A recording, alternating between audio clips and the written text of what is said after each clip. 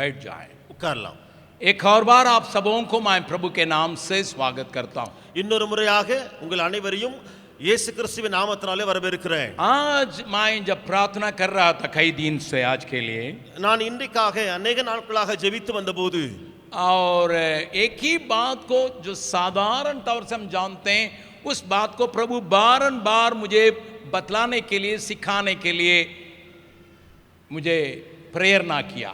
ஒரு காரியத்தை நாம் சாதாரணமாய் நாம் அறிந்து வைத்திருக்கிற காரியத்தை போதிக்கும்படியாய் அல்லது பிரசங்கிக்கும்படியாய் என்னை ஏவினார். मैंने कहा ये तो साधारण बात है जिसको लोग अपने से सीख सकते हैं। நான் சொன்னேன் இது ஒரு சாதாரணமான ஒரு காரியம் ஆயிற்றே, ஜனங்கள் தானாகவே அறிந்து கொள்ளக்கூடிய விஷயம். लेकिन कुछ बातों के ऊपर जोर देने के लिए, उन बातों को दोहराने के लिए मैं आज चाहता हूं। ஆனால் சில காரியங்களை நான் இன்னும் விளக்கி சொல்வதற்காக, சில காரியங்களை திரும்பி சொல்வதற்காக இங்கே வந்திருக்கிறேன். मेरे साथ आप खोलिएगा एफिसियों की पत्री, उसका 5वां अध्याय पहले और दूसरे पद को हम देखेंगे। என்னோடு கூட திரும்புங்கள். எபேசியருக்கு எழுதின நிருபம் 5வது அதிகாரம் 1ஆம் 2ஆம் வசனங்கள். एफिसियों की पत्री उसका 5वां अध्याय का पहला और दूसरा पद। எபேசியருக்கு எழுதின நிருபம் 5ஆம் அதிகாரம் 1ஆம் 2ஆம் वसनங்கள். इसलिए प्रिय बालकों की नाई, प्रिय बालकों की नाई परमेश्वर की सदृश बनो और प्रेम में चलो, जैसे मसीह ने भी तुमसे प्रेम किया, हमारे लिए अपने आप को सुखदायक सुगंध के लिए परमेश्वर के आगे भेंट करके बलिदान कर दिया। ஆதலால் நீங்கள் பிரியமான பிள்ளைகளைப் போல தேவனை பின்பற்றுகிறவர்களாகி கிறிஸ்து நமக்காக தம்மை தேவனுக்கு சுகந்த வாசனையான காணிக்கையாகவும் பலியாகவும் ஒப்புக்கொடுத்து நம்மில் அன்பு கூர்ந்தது போல நீங்களும் அன்பிலே நடந்து கொள்ளுங்கள். पहले पद के ओर थोड़ा ध्यान देंगे, उसमें एक बात के ऊपर मैं जोर देने के लिए चाहता हूं। முதலாவது வசனத்திலே கொஞ்சம் கவனம் செலுத்துவோம். அதிலே ஒரு வார்த்தையை நான் அழுத்தி சொல்ல விரும்புகிறேன். एफिसियों की 4 अध्याय में कई बातों की जो नया जीवन की चाल चलन के बारे में पौलुस बतलाने के बाद, இந்த எபேசியர்கள் நிருபத்திலே अनेक காரியங்களை அந்த புது வாழ்விலே நாம் என்னென்ன காரியங்களை கற்றுக்கொள்ள வேண்டும், கடைபிடிக்க வேண்டும் என்பதை சொன்ன பின்பு, अगर आप 4 अध्याय की बातों को देखेंगे, நீங்கள் 4ஆம் அதிகாரத்தினுடைய காரியங்களை பார்த்தால் 22वां पद से 22ஆம் வசனத்திலிருந்து 32 पद तक कई एक इंस्ट्रक्शंस दिया गया है। 30ஆம் வசனம் வரைக்கும் अनेक இன்ஸ்ட்ரக்ஷன்ஸ் கொடுக்கப்பட்டிருக்கிறது. और वहां पर पुराने मनुष्य को उतार डाल, நீங்கள் உங்களுடைய பழைய மனுஷனை களைந்து போடுங்கள், दिल में नए आत्मा से चाल चल, நீங்கள் உங்களுடைய உள்ளத்திலே புதியான ஆவி உடையவர்களாய் நடந்து नए मनुष्य की बातों को पहन ले, நீங்கள் புதிய மனிதனுடைய காரியங்களை தரித்துக் கொண்டு, उन बातों का कहने के बाद एक एक बात को वहां पर देखते हैं। அந்த காரியங்களை சொன்ன பின்பு ஒவ்வொரு இன்ஸ்ட்ரக்ஷனையும் நாம் பார்க்க முடியும். मैं सब बातों को बतलाने के लिए नहीं जा रहा हूं, எல்லாவற்றையும் சொல்ல நான் விரும்பாமல் एक बात दो बात को थोड़ा दिखाने के लिए चाहता हूं। ஒன்று ரெண்டு காரியங்களை கொஞ்சம் காண்பிக்கட்டும். 4:25 में लिखा है, 4:25 சொல்லப்பட்டிருக்கிறது, एक दूसरे से झूठ मत बोलो। ஒருவருக்கு ஒருவர் பொய்யை களைந்து. 26वां पद में लिखा है, 26ஆம் வசனத்திலே गुस्सा करो परंतु क्रोध मत करो। क्रोध मतलब गुस्सा करो परंतु पाप मत करो। கோபம் கொண்டாலும் பாவம் செய்யாமல் இருங்கள். और 27 पद में लिखा है कि शैतान के लिए जगह ना दो। 27ஆம் வசனத்திலே பிசாசுக்கு இடம் கொடாமல் இருங்கள். और 28 पद में लिखा है चोरी मत करो। 28ஆம் வசனம் திருடாமல். 29वां पद में लिखा है और गंदी बातें या गलती या गालियां तुम्हारे मुंह से ना निकलने पाए। 29வது வசனத்திலே கெட்ட வார்த்தை வாயிலிருந்து புறப்படலாகாது. और 30, 31, 32 पद 30 और 31 पद में पवित्र आत्मा को शोकित मत करो। 30ஆம் 31ஆம் வசனத்திலே பரிசுத்த ஆவியை துக்கப்படுத்தாதீங்கள். अब 32वां पद में एक दूसरे को क्षमा करो। 32ஆம் வசனத்திலே ஒருவருக்கொருவர் மன்னியுங்கள். ये सब नए जीवन के नए आदमी का स्वभाव है। இந்த எல்லாமே ஒரு புதிதாய் ஆண்டவரை ஏற்றுக்கொண்ட புதிய ஸ்பாவத்துக்குள்ளே வந்த ஒரு மனிதனுடைய காரியங்கள். वो इंस्ट्रक्शन के रूप में वहां पर दिया गया அது இன்ஸ்ட்ரக்ஷன் வடிவிலே சொல்லப்பட்டிருக்கிறது. और इसको कह के 5वां पद अध्याय का पहला पद में पौलुस लिखता है. இதை சொன்ன பின்புதான் 5ஆம் அதிகாரத்திலே முதலாம் வசனத்திலே பவுல் சொல்லுகிறார். वहां एक महत्वपूर्ण बात को वो लिखता है. அங்கே ஒரு மிக முக்கியமான காரியத்தை எழுதுகிறான். इसलिए, ஆகையால், ध्यान से सुनिएगा, நன்றாய் கவனியுங்கள். इसलिए ஆதலால், तुम नया मनुष्य को पहन लिए हो, நீங்கள் புதிய மனுஷனை தரித்துக் கொண்டீர்கள். प्रभु का ग्रहण करके परमेश्वर के बच्चे या बेटे या बेटियां बन गए हो. ஆண்டவரை ஏற்றுக்கொண்டு நீங்கள் தேவனுக்கு பிள்ளைகளாக மாறிவிட்டீர்கள். तुम्हारा चाल चलन कैसा रहेगा? இப்பொழுது உங்களுடைய நடக்கைகள் எப்படியா இருக்க வேண்டும்? झूठ, गाली, चोरी और इत्यादि हमारे जीवन में नहीं पाया जाएगा. அது பொய்யா இருக்கட்டும் அல்லது கெட்ட வார்த்தையா இருக்கட்டும் திருடா இருக்கட்டும் இவைகள் எல்லாம் நம்முடைய வாழ்க்கையில இருக்க கூடாது. लेकिन पौलुस वहां न रोका है. ஆனால் பவுலோ அங்கேயே நிறுத்தவில்லை. इसलिए ஆதலால், तुम परमेश्वर के प्रिय बालकों की नाई जीवन बिताओ. நீங்கள் பிரியமான பிள்ளைகளைப் போல தேவனை பின்பற்றுவர்களாய் இருங்கள். परमेश्वर का कैसा अनुकरण करोगे? தேவனை எப்படி பின்பற்ற வேண்டும்? परमेश्वर के प्रिय बालक, प्रिय पुत्र, प्रिय पुत्रियां के रूप में जीवन बिताओ. தேவனுடைய பிரியமான பிள்ளைகளாய், பிரியமான குமாரர்களாய், பிரியமான குமாரர்களாய், குமாரத்திகளாய் வாழ வேண்டும். प्यारों, मेरी बात को थोड़ा ध्यान से सुनिएगा. பிரியமானவர்களுடைய வார்த்தைகளை கேளுங்கள். जब हम यीशु मसीह में चले आते हैं, நாம் கிறிஸ்துவை ஏற்றுக்கொண்ட பின்பு, यीशु को अपना दिल में ग्रहण करते हैं, இயேசுவை உள்ளத்தில் ஏற்றுக்கொள்ளுகிறோம், अपने पापों को छोड़ते हैं, நம்முடைய பாவங்களை விட்டு விடுகிறோம், नया जन्म के अनुभव में आते हैं, புதிய ஒரு வாழ்வுக்குள்ளாய் வருகிறோம். वहां रोकने के लिए बाइबल नहीं बतलाती है. அங்கேயே நின்றுவிட வேதம் போதிக்கவில்லை. मैं पहले शैतान का था लेकिन मैं परमेश्वर का हो गया. முதலாவது சாத்தானுடையவனாய் இருந்தேன், இப்பொழுது தேவனுக்குடையவன். लेकिन मुझे आगे बढ़ने के लिए एक छोटी सी बात लेकिन जबरदस्ती के साथ पौलुस के द्वारा होता है. ஆனால் நான் முன்னேறி செல்வதற்கு பவுல் மூலமாக ஒரு வலுவான சிறிய காரியம் விளக்கப்படுகிறது. न केवल वो एफिसियों की कलीसिया के लिए लिखता है, எபேசிய சபைக்கு மாத்திரம் எழுதாமல் लगभग सब कलीसियाओं के लिए लिखता है. அவன் கிட்டத்தட்ட எல்லா சபைக்குமே எழுதுகிறான். एक दो वचन को मैं आपको दिखाने के लिए चाहूंगा. ஒன்று இரண்டு வசனங்களை காண்பிக்க விரும்புகிறேன். पहला தெசலோனிக்கேயர் 4 अध्याय का पहली बात. 1 தெசலோனிக்கேயர் 4வது அதிகாரம் 1வது வசனம். पहले தெசலோனிக்கேயர் की 4 अध्याय की पहली बात. 1 தெசலோனிக்கேயர் 4வது அதிகாரத்துடைய 1ஆம் வசனம். निदाने भाइयों, हम तुमसे विनती करते और तुम्हें प्रभु यीशु मसीह में समझाते हैं. क्या समझाते हैं? कि जैसे तुमने हमसे योग्य चाल चलना और परमेश्वर का प्रसन्न करना सीखा है. அன்றியும் சகோதரரே, நீங்கள் இன்னின்ன பிரகாரமாய் நடக்கவும் தேவனுக்கு பிரியமாய் இருக்கவும் வேண்டும் என்று. हमारे जीवन से तुम क्या सीखते हो? எங்களுடைய வாழ்க்கையிலிருந்து நீங்கள் என்ன கற்றுக்கொள்கிறீர்கள்? बातों को थोड़ा ध्यान से सुनिएगा. நன்றாய் கவனியுங்கள். पौलुस कहता है, பவுல் சொல்கிறான், हमसे क्या चाल चलन के सीखे हो? என்னிடத்திலிருந்து நீங்கள் கற்றுக்கொள்கிற நடக்கைகள் என்ன? परमेश्वर का प्रसन्न करने के लिए हम कोशिश में हैं, उसी को सीखते हो. தேவனுக்கு பிரியமாய் இருக்க நாங்கள் முயற்சி செய்து வருகிறோம், அதை நீங்கள் கற்றுக்கொண்டிருக்கிறீர்கள். தெசலோனிக்கே कलीसिया नई कलीसिया है. தெசலோனிக்கே சபை புதிய சபை. करुंत की कलीसिया को भी वही लिखता है. கொரிந்து சபைக்கும் அப்படியே தான் எழுதுகிறான். एक वचन को देखिएगा. ஒன்று இரண்டு வசனங்களை பார்த்து விடலாம். दूसरा कोरिन्थियों 5वां अध्याय. 2 கொரிந்தியர் 5ஆம் அதிகாரம் वहां पर 9वां पद में लिखा है. 9ஆம் வசனத்தில் இருக்கிறது. दूसरा कोरिन्थियों 5वां अध्याय का 9वां पद. 2 கொரிந்தியர் 5ஆம் அதிகாரம் 9வது வசனம். इस कारण हमारे मन की उमंग यह है कि चाहे साथ रहें चाहे अलग रहें, पर हम उसे प्रसन्न करने क्या भागते रहें. அது நிமித்தமே நாம் சரீரத்தில் குடியிருந்தாலும் குடியிராமல் போனாலும் அவருக்கு பிரியமானவர்களாய் இருக்க விரும்பி நாடுகிறோம். ध्यान से सुनिएगा. நன்றாக கவனியுங்கள். हम किसी भी हालत में रहें, நாங்கள் என்ன நிலைமையில இருந்தாலும் हमारा विचार यही है, எங்களுடைய விருப்பம் இதுவே, परमेश्वर का प्रसन्न योग्य जीवन बिता के प्रिय बालक बन जाए. தேவனுக்கு பிரியமான வாழ்க்கை வாழ்ந்து பிரியமான பிள்ளைகளாய் இருக்க வேண்டும். मैं फिर आपसे कहने के लिए चाहता हूं, திரும்ப உங்களிடத்தில் சொல்ல விரும்புகிறேன், केवल हम बालक होने के लिए, परमेश्वर के संतान होने के लिए बुलाए गए नहीं है, நாம் வெறுமனே தேவனுக்கு பிள்ளைகளாய் இருக்க அழைக்கப்படவில்லை, उससे बढ़कर प्रिय बालक होने के लिए बुलाए गए।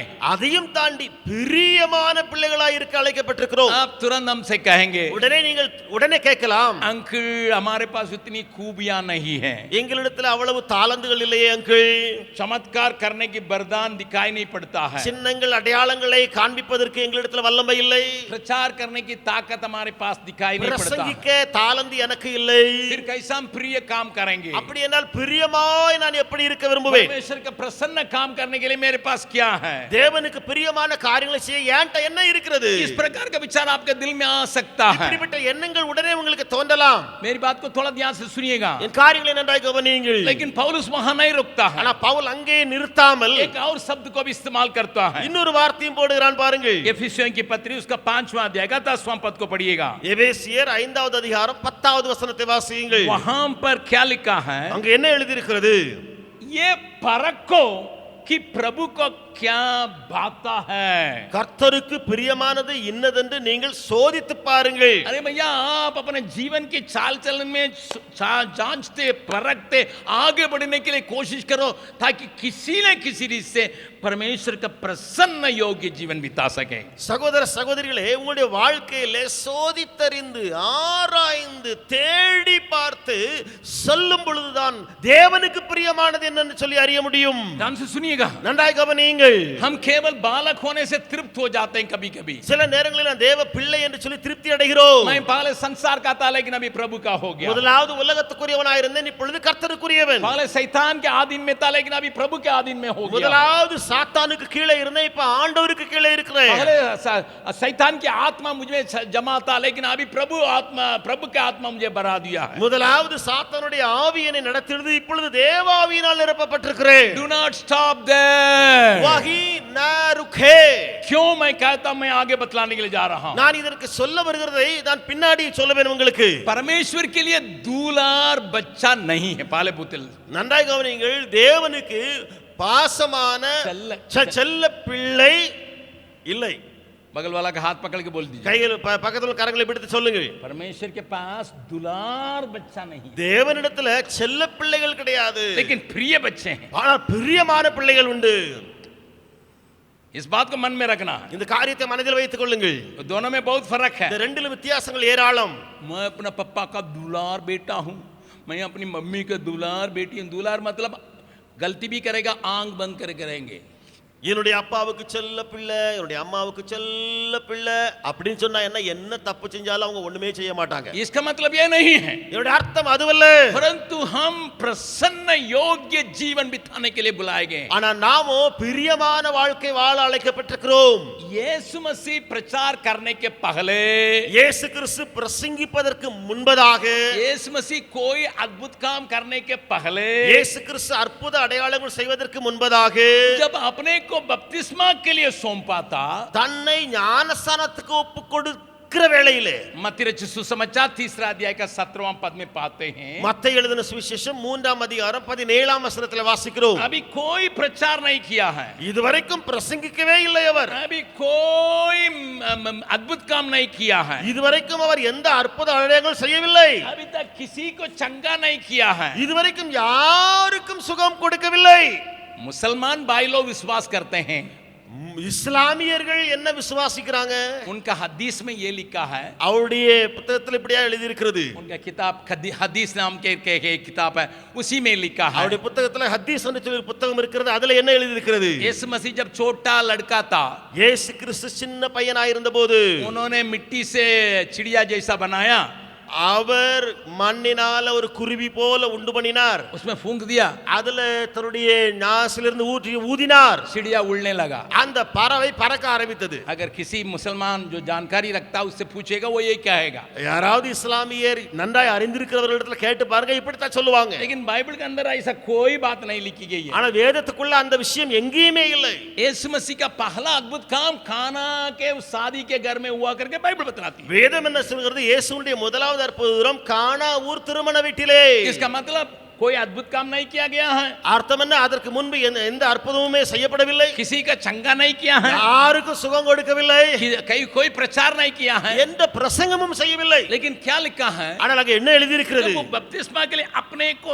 सौंप दिया, அவர் ஞானஸ்தானத்துக்கு தன்னை ஒப்பு கொடுத்தார். அப்பொழுது यूहन्ना के हाथ से बपतिस्मा के लिए अपने को सौंपा, யோவானுடைய கரத்திலிருந்து ஞானஸ்தானம் பெற தன்னை ஒப்பு கொடுத்தபோது जबकि उसके लिए कोई दरकार नहीं रहा, அவருக்கு அந்த அவசியமே இல்லைதான். क्योंकि वो पाप रहित रहा, ஏனென்றால் பாவம் இல்லாதவராயிருந்தார். यूहन्ना पाप की क्षमा के लिए बपतिस्मा दे रहा था, யோவான் பாவ மன்னிப்புக்கு எடுத்த ஞானஸ்தானத்தை கொடுத்தான். यीशु मसीह का दरकार नहीं रहा, இயேசுவுக்கு அது தேவையே இல்லைதான். लेकिन इसी रीति से परमेश्वर की धार्मिकता को पूरा करने की विचार से वो वहां पर बपतिस्मा ले रहा है. ஆனால் அவர் எல்லா நீதியையும் நிறைவேற்றக்கூடிய அளவிலே தன்னை ஞானஸ்தானத்துக்கு ஒப்பு கொடுத்தார். इसलिए आकाश में एक वाणी आई, ஆகையினாலே வானத்திலிருந்து ஒரு சத்தம் உண்டாயிற்று, ये मेरा प्रिय पुत्र है. இவர் என்னுடைய நேசகுமாரன். मैं फिर कहने के लिए चाहता हूं, நான் உங்களுக்கு சொல்ல விரும்புகிறேன், कुछ भी फर्क काम नहीं किया है, அவர் வேறு ஒன்று வித்தியாசமான கிரியைகளை செய்யவில்லை. साधारण मनुष्य के रूप में अपने को जब समर्पित किया, சாதாரண மனுஷனாய் தன்னை ஒப்பு கொடுத்தார், அவ்வளவுதான். उस समय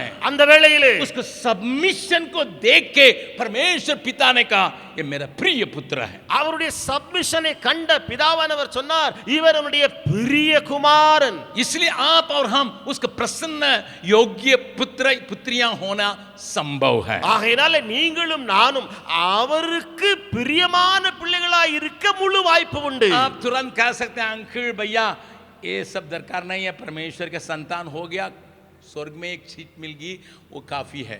உடனே நீங்க சொல்லலாம், அண்ணா அங்கிள் இது என்ன தேவை, என் பிள்ளை ஆயிட்டேன், தேவ பிள்ளை ஆயாச்சு, போதும், இது என்ன பிரியமான, எனக்கு அங்கதான் பரலோகத்தில் இடம் உண்டாயிடுச்சு. लेकिन मैं दो वचनों को आपके सामने रखने के लिए चाहता हूं, ஆனா ரெண்டு வசனங்களை உங்களுக்கு முன்பதாக கொண்டு வர விரும்புகிறேன், जो आपका धक्का दे सके. அவைகள் உங்களை அதிர்ச்சி கொள்ளாக்கக்கூடியவைகள். इब्रानियों की पत्री उसका 11 अध्याय का 5वां पद को देखिएगा. எபிரேயர் 11ஆம் அதிகாரம் 5ஆம் வசனத்தை பாருங்கள். इब्रानी उसका 11 अध्याय का 5वां पद, जिसको हम जानते हैं. எபிரேயர் 11:5 நாம் அதை அறிந்து வைத்திருக்கிற வசனம். जिन बातों को मैं सिखला रहा हूं ये नई बात नहीं है, लेकिन मैं याद दिला रहा हूं. நான் கற்றுக் கொடுக்கிற காரியங்கள் புதியவைகள் அல்ல, ஞாபகமூட்டுகிறேன். इब्रानी 11 का 5वां पद, எபிரேயர் 11:5 வசனம். शब्दों को थोड़ा ध्यान से देखिएगा. வார்த்தைகளை கவனித்து பாருங்கள். विश्वासी से हनोक उठा लिया गया और मृत्यु को ना देखे और उसका पता नहीं मिला, क्योंकि परमेश्वर ने उसे उठा लिया था और उसके उठाए जाने से पहले उसकी ये गवाही दी गई थी कि उसने परमेश्वर को प्रसन्न किया है. விசுவாசத்தினாலே ஏனோக்கு மரணத்தை காணாதபடிக்கு எடுத்துக்கொள்ளப்பட்டான். தேவனை அவனை எடுத்துக்கொண்டபடினாலே அவன் காணப்படாமல் போனான். அவன் தேவனுக்கு பிரியமானவன் என்று அவன் எடுத்துக்கொள்ளப்படுவதற்கு முன்னமே சாட்சி பெற்றான். इसका मतलब हम उठा लिए जाने के लिए अगर तैयार है, அதாவது எடுத்துக்கொள்ளப்படக்கூடிய அளவுக்கு ஆயத்தம் என்று சொன்னால், प्रभु आने के लिए सारे संसार तैयार हो रहा है. ஆண்டோட வருகைக்காக முழு உலகமும் ஆயத்தம் பட்டுக் கொண்டிருக்கிறது. किसी भी वक्त में प्रभु आ सकता है. எந்த வேளையிலும் ஆண்டவர் வர முடியுமே. ऐसी ही बातें दुनिया में हो रहा है. அப்படிப்பட்ட காரியங்கள் உலகில் நடந்து கொண்டிருக்கிறது. नैतिक गिरावट इतना दूर तक चला गया, कुछ भी कर सकता है आदमी. ஒழுக்க கேடு எவ்வளவு கீழாய் போய் கிடக்கிறது. மனுஷன் என்னத்தையும் செய்றான். क्या कर सकता मनुष्य? மனுஷன் என்னத்தான் செய்றான் பாருங்க. आज यंत्रों के साथ अपने संबंध बना कर रखा है. இன்றைக்கு இயந்திரங்களோடு கூட தன்னுடைய உறவை வைத்துக் கொண்டிருக்கிறான். शारीरिक संबंध यंत्रों के साथ, रोबोट के साथ करने के लिए स्पेन देश में पूरा पूरा दुकान खुला हुआ है. சரீர அந்த பிரகாரமான உறவு இருக்கிறதே, அந்த சரீர தொடர்பு உறவு ஒரு இயந்திரம், ரோபோட், அதோடு கூட சரீர உறவு வைக்க முயற்சி எடுக்கப்படுகிறது. அங்கே आर्थिक गिरावट हो चुका है. பொருளாதார வீழ்ச்சி உண்டாயிடுச்சு. हमारे यूएन कहता है 117 देश में आर्थिक बातें बहुत गंभीर हालत में, श्रीलंका जैसा.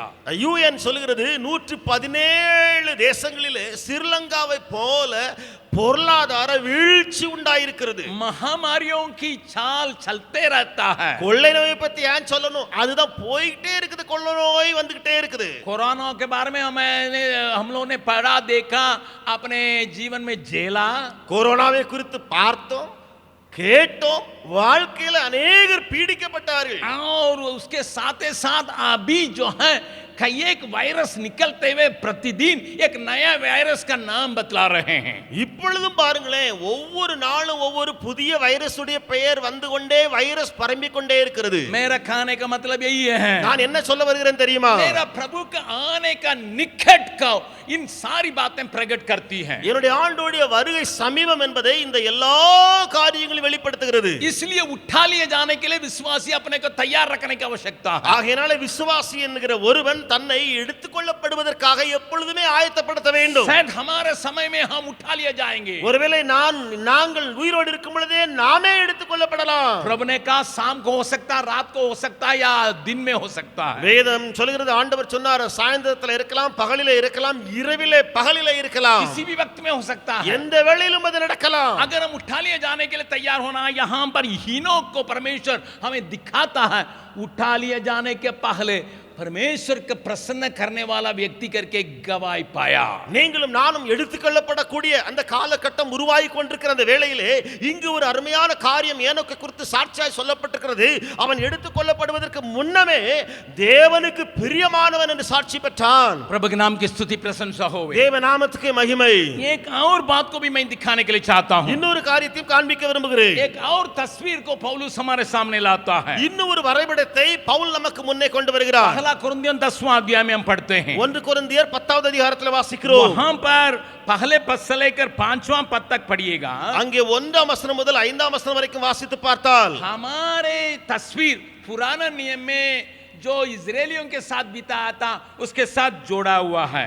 நம்முடைய அந்த காரியங்கள் பழைய ஏற்பாட்டில் இருக்கிற இஸ்ரவேலரோடு கூட நடந்த காரியங்களோடு கூட ஒப்பிடப்பட்டிருக்கின்றன. अगर पहले पद से लेकर 5वां पद तक पढ़िएगा, 1 முதல் 5 வசனங்களை வாசித்து பார்த்தால் वहां पर किस प्रकार में मिस्र में से निकले वैसे ही हम पाप के संसार से निकले. அங்கே சொல்லப்பட்டிருக்கிறது, எப்படியாக இஸ்ரவேலர்கள் எகிப்தை விட்டு வந்தார்களோ அப்படியே நாமும் பாவ உலகத்தை விட்டு இயேசுவை பின்பற்றினோம்.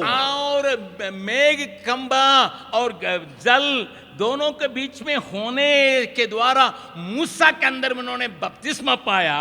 அவர்கள் எல்லாரும் மோசைக்குள்ளாக மேகத்தினாலும் சமுத்திரத்தினாலும் ஞானஸ்நானம் பண்ணப்பட்டார்கள். इसका मतलब बपतिस्मा को दर्शा रहा है. இது எதை ஞாபகப்படுத்துகிறது என்று சொன்னால் இப்பொழுது உள்ள ஞானஸ்நானத்தை குறிக்கிறது. फिर आगे चल के पवित्र भोजन में भागीदार हुआ. திரும்ப 3வது வசனத்திலே ஒரே ஞான போஜனத்தை புசித்தார்கள் என்று. सब कोई मन्ना को खाए, जितने लोग छुड़ाए गए थे वे सबको मन्ना मिला. எவ்வளவு பேர் விடுவிக்கப்பட்டார்களோ எல்லாருக்கும் மேலே இருந்து மன்னா வருஷிக்கப்பட்டது.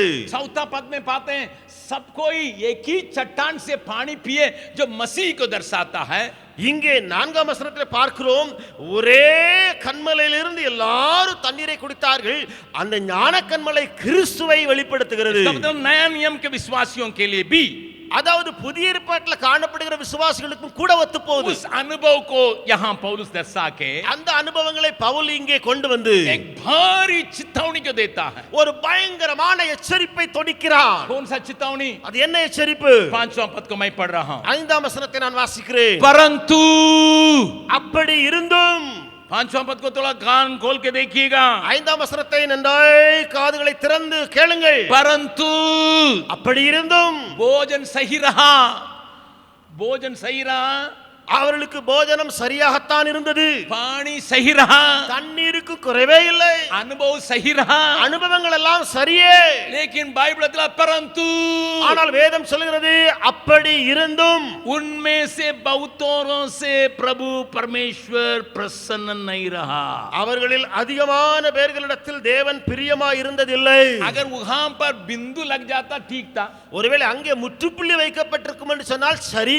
ठीक है, बहुतों से परमेश्वर प्रसन्न नहीं रहा करके சரி, எல்லாரும் இருந்தாங்க, अनेक இடத்துல தேவன் பிரியமா இல்ல, முற்றுப்புள்ளி ஆயிடுச்சு. சரி, लेकिन वहां पर ये तो मिस्र से तो निकले हुए हैं, இவர்கள் எகிப்திலிருந்து விடுவிக்கப்பட்டவர்கள், ये तो बपतिस्मा तो पा लिए हैं, சரி, ஞானஸ்நானம் பெற்றவர்கள், और ये तो पानी पी रहे हैं, இவர்கள் தண்ணீர் குடித்துக் கொண்டே இருக்கிறார்கள், स्वर्गीय मन्ना खा ही रहे हैं. பரலோக மன்னாவை சாப்பிடுறாங்க. ठीक है, कुछ लोगों से प्रसन्न नहीं रहा. ठीक है, சரி சரி, அங்க ஆயிடுச்சு. எல்லாம் சிலர மேல பிரியமா இல்ல. ना ना ना, இல்ல இல்ல இல்ல இல்ல.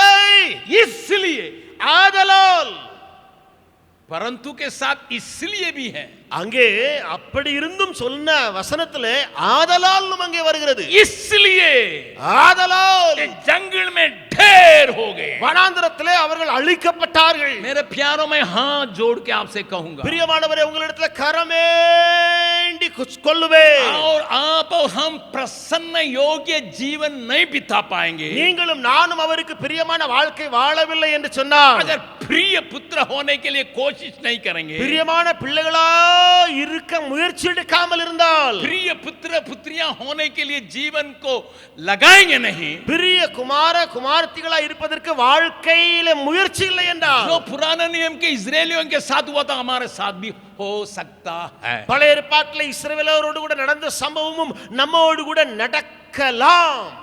उनके अंदर खुलाने की बातें पाई जाती है. அவர்கள் முறுமுறுத்தார்கள். दुनिया की लोभ में पूरी तरह से खींचे जाने की बातें पाई जाती है. அவர்கள் உலகத்தின் ஆசை பாசங்களுக்குள்ள இழுக்கப்பட்டு போனார்கள். संसार के लोगों के जैसा जीने की बातें दिखाई पड़ती है. உலகத்தாம் போல வாழ்க்கை வாழ்ந்தார்கள். इसलिए ஆகையால் परमेश्वर उनसे न केवल प्रसन्न हुआ, தேவன் அவரிடத்தில் பிரியமாய் இல்லாமல் இருந்தும் அப்படி இருந்தும் கூட जंगल में ढेर कर दिए. அதோடு கூட வனாந்திரத்திலே அழிக்கப்பட்டார்கள். चेतावनी को वे पाए हैं. இந்த எச்சரிப்பை அவர்கள் பெற்றார்கள். आज सवेरे परमेश्वर हमसे भी चेतावनी देता है. இந்த காலவெளியிலே தேவன் நம்மிடத்திலும் எச்சரிக்கை தொனி விடுகிறார். Do not be satisfied, just become a child of God. आप परमेश्वर की संतान होने से केवल संतुष्ट ना होवे. Make yourself ready to be pleasing unto God. आप अपने को तैयार रखें कि परमेश्वर के प्रिय संतान होने के लिए प्रभु उससे प्रसन्न हो गए. தேவன் அவர்களிடத்தில் பிரியமா இல்லை என்று इस बात को थोड़ा सा ध्यान से सुनिएगा. நன்றாய் கவனியுங்கள். हम इस देश के लिए प्रार्थना करने वाले हैं. நாம் இந்த தேசத்துக்காக ஜெபிக்கிறவர்கள். इस देश को यीशु के लिए जीतने के लिए मेहनत करते हैं, कोशिश करते हैं. இந்த தேசம் ரட்சிக்கப்பட வேண்டும் என்று சொல்லி முயற்சி எடுக்கிறோம், செயல்படுகிறோம். इस देश में सुसमाचार की सेवकाई को फैलाने के लिए प्रतिदिन कुछ न कुछ हम करते रहते இந்த हैं. தேசத்திலே சுவிசேஷத்தை அறிவிக்க ஒவ்வொரு நாளும் எதையாவது செய்து கொண்டே இருக்கிறோம். लेकिन कालेब पुराना नियम के वक्त या उस व्यक्ति से पूछिएगा कालेब से, ஆனால் பழைய ஏற்பாட்டுக்காரன் ஒருத்தர் இருக்கிறானே காலேப் என்று சொல்லி அந்த மனிதனிடம் கேட்டு பாருங்களே, वो क्या कहेगा? அவன் என்ன சொல்லுவான்? एक छोटी सी टिप्स देता है. ஒரு சின்ன டிப்ஸ் அவன் அப்படியே போட்டுருவான். गिनती की किताब என்னாகமத்தின் புத்தகம் 14 अध्याय, 14. वहां उनसे पूछिएगा, वो कहेगा 8वां पद में, அவனிடத்துல கேட்டா அவன் 8வது வசனத்துல இப்படியாக சொல்லுவான், प्रभु के नाम की स्तुति महिमा होवे. தேவ நாமத்துக்கு மகிமை உண்டாவதாக. யோசுவா भी कहेगा, யோசுவாவும் சொல்லுவான், और कालेब भी कहेगा. காலேப் சொல்லுவான். क्या कहता है? என்ன சொல்லுகிறான்? 14 अध्याय का 8वां पद, 14ஆம் அதிகாரம் 8வது வசனம். यदि परमेश्वर यहोवा हमसे प्रसन्न हो तो हमको उस देश में जिसमें दूध और मधु की धाराएं बहती है पहुंचाएगा और उसे हमें दे देगा. கர்த்தர் நம்மேல் பிரியமாயிருந்தால் அந்த தேசத்திலே நம்மை கொண்டு போய் பாலும் தேனும் ஓடுகிற அந்த தேசத்தை நமக்கு கொடுப்பார். प्यारो, अगर हम सुंदर ज़यान के सियोन की इंतजार करते हैं, பிரியமானவர்களே, அந்த அழகான அருமையான சியோனுக்காக நாம் காத்திருக்கிறோம் என்று சொன்னார். जरूर हम गीत गाते हैं, हम सियोन के मुसाफिर हैं. நாம் ஒரு பாடலும் பாடுவதுண்டு, நாங்களோ சியோனுக்கு போகிற நடையாத்திரைகள். और ये गीत गाते हैं, सियोन देश हमारा ही देश. இன்னும் அந்த பாடல்ல இன்னொரு பாடல், சியோன் தேசம் என்னுடைய தேசம். उस सियोन के लिए अपने को तैयार करते हैं. இந்த சியோனுக்காக நம்மை ஆயத்தப்படுத்துகிறவர்கள் நாம். छोटी सी टिप्स ये पुराना नियम के यहोशू और कालेब हमें देते हैं. ஒரு சிறிய டிப்ஸ் இந்த பழைய ஏற்பாட்டுக்காரர்களாகிய காலேபும் யோசுவாவும் நமக்கு தர்றாங்க. प्रभु हमसे प्रसन्न रहना है. கர்த்தர் நம்மேல் பிரியமாயிருக்க வேண்டும். प्रभु हमसे प्रसन्न रहना है. ஆண்டவர் நம்மேலே பிரியமாயிருக்க प्रभु வேண்டும். हमसे प्रसन्न रहना है. ஆண்டவரே நீர் என் மேல பிரியமாயிருக்க வேண்டும். उस पद को केवल गाएंगे, सियोन देश हमारा देश. அந்த பாடல்ல அந்த வரிகளை மாத்திரம் பாடுவோமா? சியோன் நாடு அது என்னுடைய தேசமாயிருக்கிறது. अगर इस बात पर हम विश्वास करते हैं, ஒருவேளை நாம் இந்த காரியத்தின் மேலே நம்பிக்கை விடுவர்களாய் இருந்தால் हमारे अंदर एक विचार आएगा, उसको प्रसन्न योग्य जीवन बिता के उसके प्रिय पुत्र होने के लिए हमारा बुलाहट है. எனக்குள்ளே ஒரு எண்ணம் தோன்றி வரும். என்ன அது? அவருக்கு பிரியமான ஒரு வாழ்க்கை வாழதான் நான் அழைக்கப்பட்டிருக்கிறேன் என்று. पुराने नियम के लोगों के अंदर भी ये विचार हमेशा पाया जाता था. பழைய ஏற்பாட்டு ஜனங்களுக்குள்ளேயும் இந்த எண்ணம் எப்பொழுதுமே காணப்பட்டது. दाऊद से पूछेगा, दाऊद यही कहेगा. தாவீதிடத்தில் கேட்டால் தாவீது அப்படித்தான் சொல்லுவான். एक वचन मुझे याद आ रहा है कि भजन संगीत 143 சங்கீதம் 143 அதிகாரத்திலே और 10वां पद में, 10வது வசனத்திலே, और इस वचन को हम जानते हैं लेकिन तो भी पढ़ेंगे. இந்த வசனத்தை அறிந்திருந்தாலும் வாசித்து விடலாமே. भजन संगीत 143 சங்கீதம் 143 और 10वां पद को देखेंगे. வசனம் 10 பாருங்கள். वहां दाऊद की प्रार्थना क्या है? அங்க தாவீதுடைய விண்ணப்பம் என்ன? हे प्रभु, ஆண்டவரே, तेरे प्रसन्न योग्य जीवन बिताने के राहों पर मुझे ले चलना. உமக்கு பிரியமானதை செய்ய எனக்கு போதித்தருளும். मैं पढ़ रहा हूं. நான் வாசிக்கிறேன். मुझको ये सिखा कि मैं तेरी इच्छा क्यों कर पूरी करूं, क्योंकि मेरा परमेश्वर तू ही है. तेरा भला आत्मा मुझको धर्म के मार्ग में ले चले. நான் அந்த வசனத்தை வாசிக்கிறேன். உமக்கு பிரியமானதை செய்ய எனக்கு போதித்தருளும். நீரே என் தேவன், உம்முடைய நல்ல ஆவி என்னை செம்மையான வழியில் நடத்துவாராக. हिंदी अनुवाद थोड़ा सा फर्क है, இந்தி மொழிபெயர்ப்பு கொஞ்சம் வித்தியாசமா இருக்கு. लेकिन तमिल में ये साफ किया गया है. ஆனா தமிழில மிக தெளிவா இருக்கு. तेरे प्रसन्न योग्य काम को ही मैं पूरा करने के लिए चाहता हूं. உமக்கு பிரியமானதை செய்ய நான் விரும்புகிறேன். उसी के लिए आत्मा मुझे अगुवाई करने पाए. அதற்காக நல்ல ஆவி என்னை நடத்துவாராக. प्रभु के नाम की स्तुति प्रशंसा होवे. தேவ நாமத்துக்கு மகிமை உண்டாகட்டும். यीशु से पूछेंगे वो क्या कहते हैं. இயேசுவினிடத்தில் கேட்டால் அவர் என்ன சொல்ல போறாரு? यूहन्ना रचित सुसमाचार, யோவான் எழுதின சுவிசேஷம் उसका 8वां अध्याय. 8ஆம் அதிகாரம். यूहन्ना रचित सुसमाचार, யோவான் எழுதின சுவிசேஷம் उसका 8वां अध्याय. அதனுடைய 8ஆம் அதிகாரம் वहां पर 29वां पद में क्या कहता है? 29ஆம் வசனத்துல இங்க என்ன சொல்லப்பட்டிருக்கிறது? और वहां साफ तौर से यीशु कहता है, மிக தெளிவா இயேசு சொல்லுகிறார், मेरा भेजने वाला मेरे साथ है. என்னை அனுப்பினவர் என்னோடு கூட தான் இருக்கிறாரு. सुनिएगा ध्यान ध्यान से. நன்றாக செவிகளை திறந்து கேளுங்கள். वो सर्वदा मेरे साथ रहता है, அவர் எப்பொழுதுமே என்னோடு கூட தான் இருக்கிறாரு. लेकिन मैं एक और काम करता हूं. ஆனா நான் இன்னொரு வேலை செய்ய வரேன். मैं सर्वदा उसके प्रसन्न योग्य होने का काम करने की वजह से वो मुझे अकेला कभी छोड़ता नहीं है. நான் எப்பொழுதுமே பிதாவுக்கு பிரியமானவைகளை செய்கிறபடினாலே அந்த பிதா என்னை தனியே இருக்க விடவில்லை. आपकी प्रार्थना, मेरी प्रार्थना दाऊद जैसा और दाऊद के पुत्र यीशु मसीह के जैसा होने की आवश्यकता है. உங்கள் ஜெபமும் என்னுடைய ஜெபமும் தாவீதை போலவும் தாவீதுடைய குமாரனாகிய இயேசுவை போலவும் இருக்க வேண்டும். सर्वदा मैं उसको प्रसन्न करने के लिए चाहता हूं. எப்பொழுதுமே அவரை பிரியப்படுத்த விரும்புகிறேன். सारे काम के द्वारा उसको प्रसन्न करने के लिए चाहता हूं. எல்லா செயல்கள் மூலமாக அவரை பிரியப்படுத்த விரும்புகிறேன். सारी क्रिया के द्वारा उसका प्रसन्न करने के लिए चाहता हूं. எல்லா கிரியைகள் மூலமாக அவரை பிரியப்படுத்த விரும்புகிறேன்.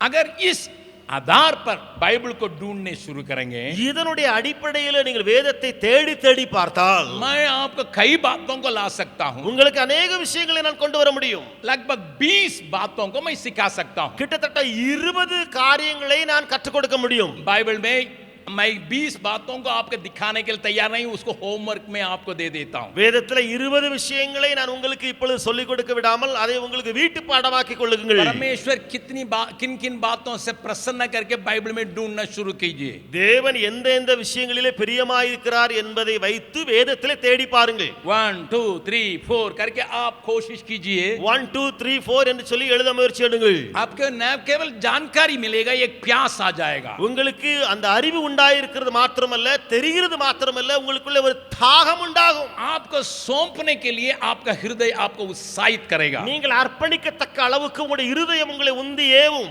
इसलिए मैं बाइबल पढ़ने वालों को कहता हूं, आप इस विचार से बाइबल को ढूंढिए.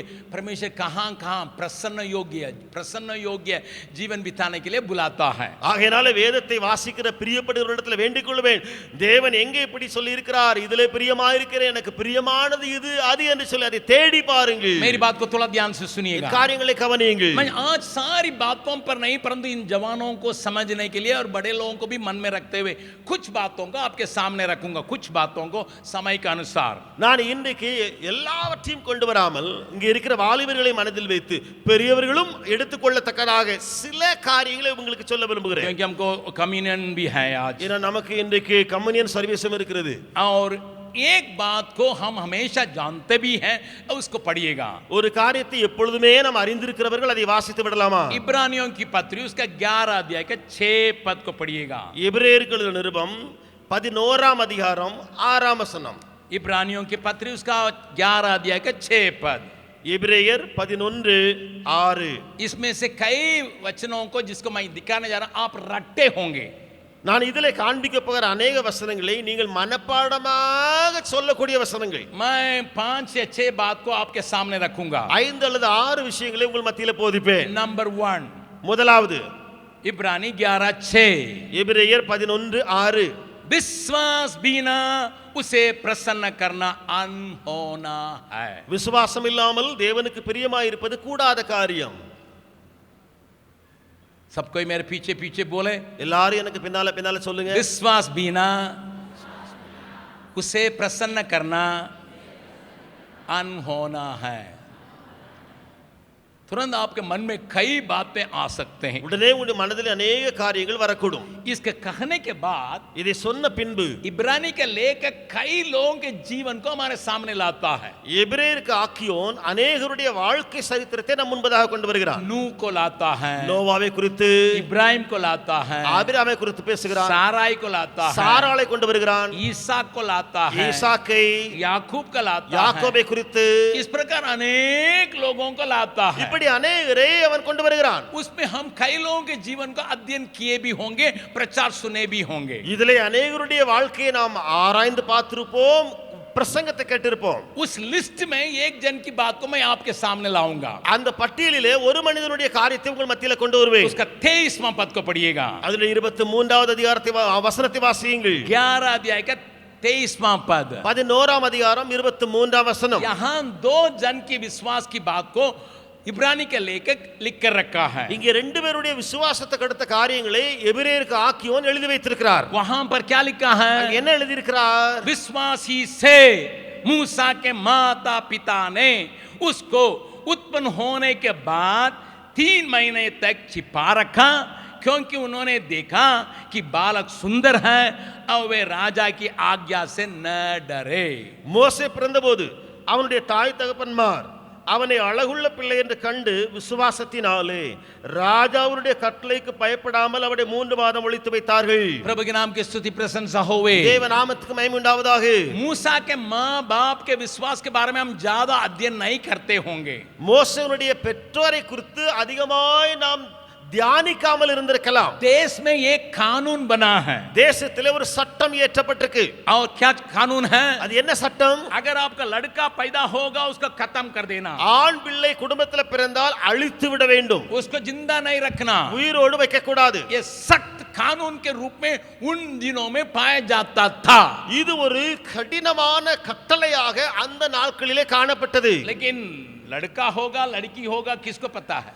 ஆனா பையன் பிறக்குமா அல்லது பொம்பளை பிள்ளை பிறக்குமா யாருக்கு தெரியும்? முன்ன कोई लड़की नहीं होने से दूसरी शादी के चक्कर में रहता, लड़का नहीं होने से दूसरे शादी में रहता। वो हमारे हिंदुस्तान में நம்முடைய இந்தியாவில் பொம்பளை பிள்ளையா பிறந்துட்டு இருக்குது, பையனே இல்லைன்னு சொல்லிட்டு இரண்டாவது ஒரு திருமணம் செய்யலாமான்னு சொல்லிட்டு எண்ணங்கள் உடையவர்கள் நிறைய பேர்।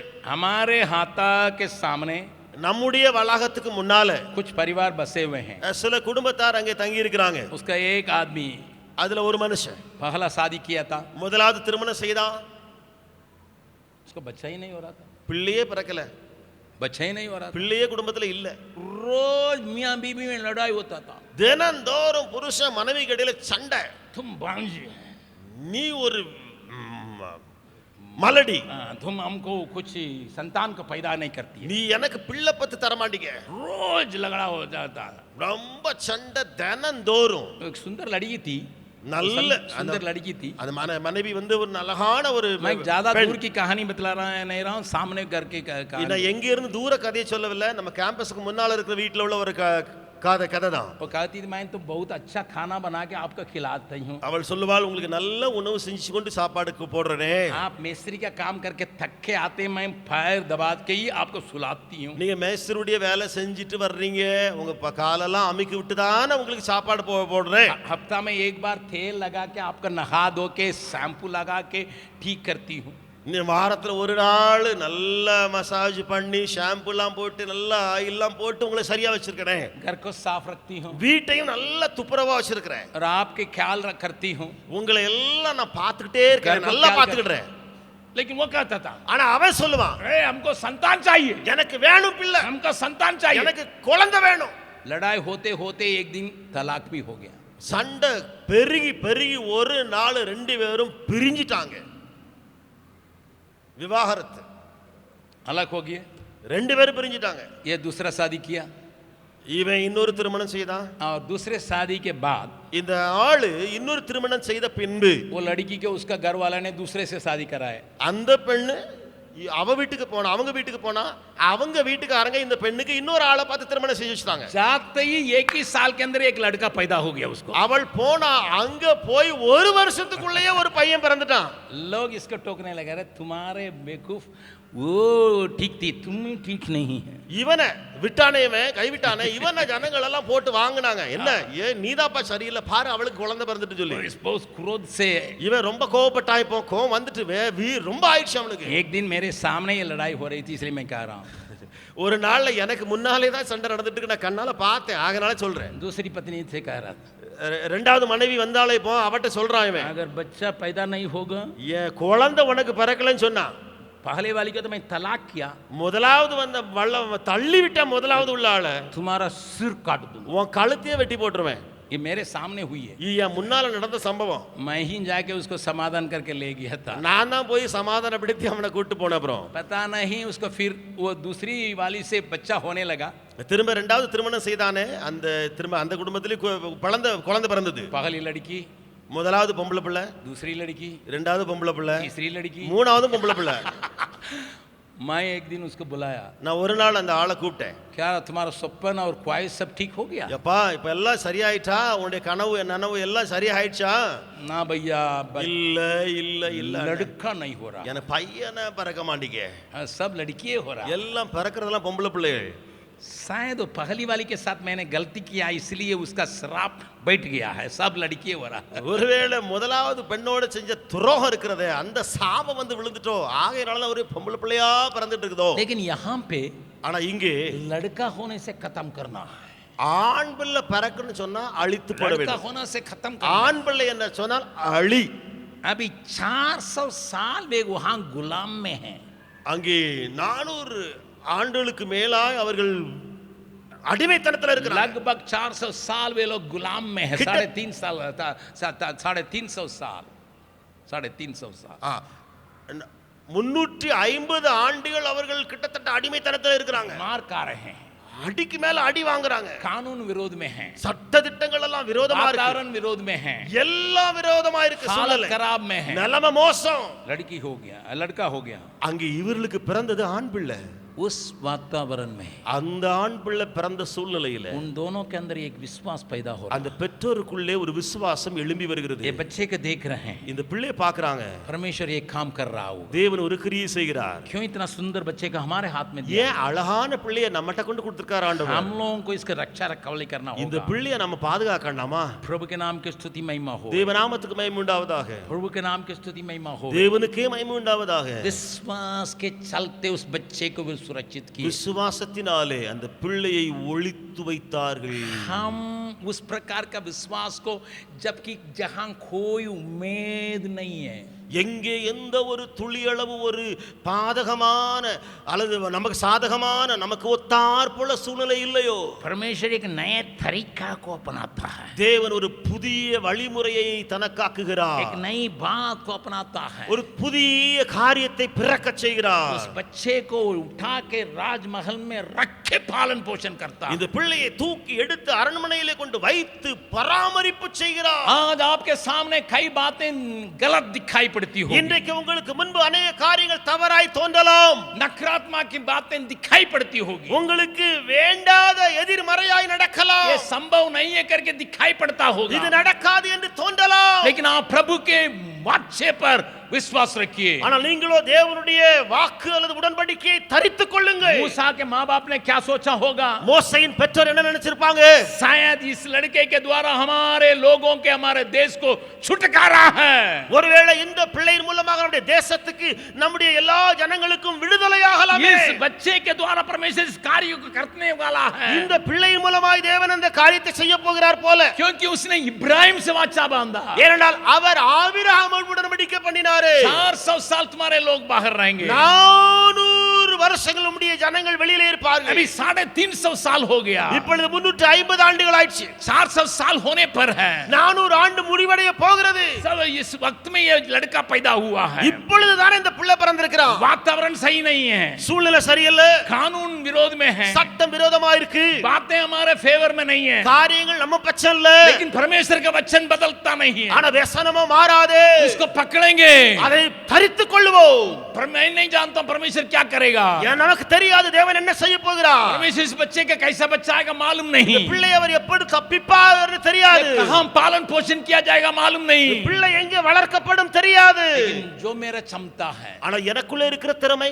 जो मेरे खूबी है, எனக்குள்ள இருக்கிற அந்த जो வரையறை, मेरा ताकत है, எனக்குள்ள இருக்கிற அந்த தாளந்து कुछ समय के लिए मैं काम में लाऊंगा, சில மாதங்களுக்கு நான் செயல்படுத்துவேன், कुछ महीना के लिए इस्तेमाल करूंगा। சில காலங்களுக்கு செயல்படுத்துவேன். आप ऐसा ठान लीजिए, அப்படியே நீங்கள் நிர்ணயம் பண்ணுங்க. मेरे अंदर जो खूबी है, எனக்குள்ள தாளந்து உண்டு, मेरे अंदर जो ताकत எனக்கு है, சக்தி உண்டு, उस बात को इस्तेमाल करने के लिए मैं तैयार हूं। அதை நான் பயன்படுத்த ஆயத்தம். वाचा का पूरा करना है, உடன்படிக்கையை நிறைவேற்ற வேண்டும். केवल वाचा का पूरा करना है। உடன்படிக்கையை நிறைவேற்ற வேண்டும். मैं भी हाथ लगा देता हूं, நானும் கையை வைக்கிறேன். तो हमसे हो सकता है। என்னால முடிந்த அளவு इस सवेरे के समय परमेश्वर आपसे बातचीत करता இந்த हो, காலையில் தேவன் உங்களோடு கூட பேசிக் கொண்டிருக்கிறார். ऐसे विश्वास करने वालों से परमेश्वर प्रसन्न है। அப்படிப்பட்ட விசுவாசம் உடையவர்கள் மேலே தேவன் பிரியமாயிருக்கிறார். परमेश्वर पर विश्वास करने वाले ताली बजा के परमेश्वर को धन्यवाद करें। அவர் மேலே விசுவாசம் கொள்கிறவர்கள் கரங்களை தட்டி அவரை மகிமைப்படுத்துவோம். ऐसे ऐसे कामों के इंतजार करने वाला और परमेश्वर को धन्यवाद दें। அப்படிப்பட்ட கிரியைகளை எதிர்பார்த்து இருக்கிறவர்கள் தேவனுக்கு நன்றி சொல்லுங்கள். ऐसी बातों पर मन लगाने वाला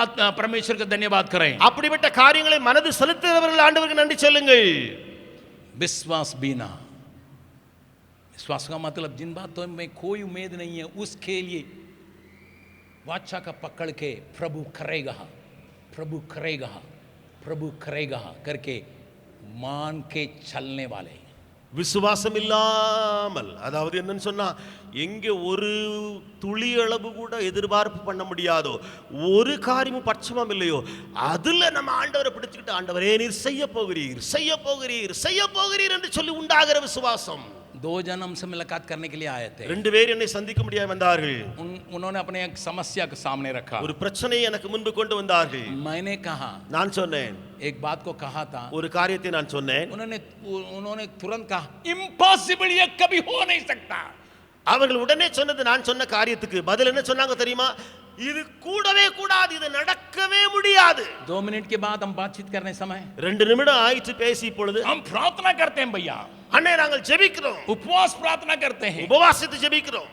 मैंने कहा आप तो मन में ठान लिया इम्पॉसिबल है, फिर प्रार्थना कौन सी कर रहे हैं? நீங்க முதலாவது நினைச்சிட்டீங்க இல்லையா, இது நடக்காத காரியம், இது எப்படி நடக்க போகுது, திரும்ப என்ன போய் உபவாசம் பண்ண போறீங்க? ये होने का नहीं है करके आपने मन में ठान நீங்க தான लिया। மனதில் இப்படி சொன்னீங்க, இது கூடாத காரியம், முடியாது என்று फिर சொல்லி, किस बात के लिए आप प्रार्थना कर रहे திரும்ப हैं? எந்த காரியத்துக்கு போய் ஜெபிப்பீர்கள்? प्रभु का आत्मा कहता है, ஆவியானவர் சொல்லுகிறார், यहाँ कई लोग प्रार्थना तो करते हैं இங்க अनेகர் ஜெபிக்கிறார்கள் தான், लेकिन मन में ठान लिया इम्पॉसिबल, ஆனால் மனதிலே முன்னமே வைத்திருக்கிறாங்க, நடக்காது, ये होने वाला नहीं है। இது நடக்காது. प्रभु आपको डांट के कहता है, தேவன் உங்களை அதட்டி சொல்லுகிறார், प्रभु आपसे घूर के कहता है। தேவன் உங்களை கொட்டி சொல்லுகிறார்.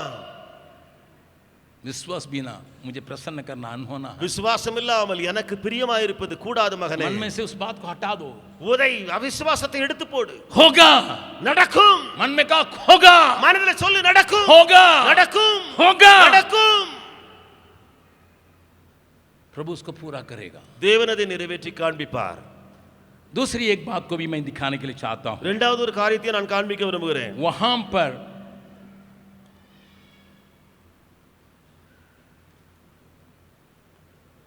हमें क्यों सुसमाचार ले जाना है, நாம் ஏன் சுவிசேஷத்தை சுமந்து செல்ல வேண்டும்? क्यों सुसमाचार का प्रचार करना है? அல்லது ஏன் சுவிசேஷத்தை பிரசங்கிக்க வேண்டும்? मैं एक खास बात को कहने जा रहा हूं, थोड़ा ध्यान से सुनिएगा। ஒரு முக்கியமான காரியத்தை நான் சொல்ல விரும்புகிறேன், செவிகளை திறந்து கேளுங்கள். कोलोसियों की पत्री उसका पहला अध्याय, கொலோசியர்களின் நிருபம் முதலாவது அதிகாரம். वहां परमेश्वर का प्रसन्न योग्य एक बात को पौलुस लिखता है। அங்கே தேவனுக்கு பிரியமான காரியத்தை பவுல் எழுதுகிறார். 20वां पद को पढ़िएगा। 20வது வசனத்தை வாசியுங்கள். कोलोसियों की पत्री उसका पहला अध्याय का 20वां पद। கொலோசியர் 1ஆம் அதிகாரம் 20வது वचन।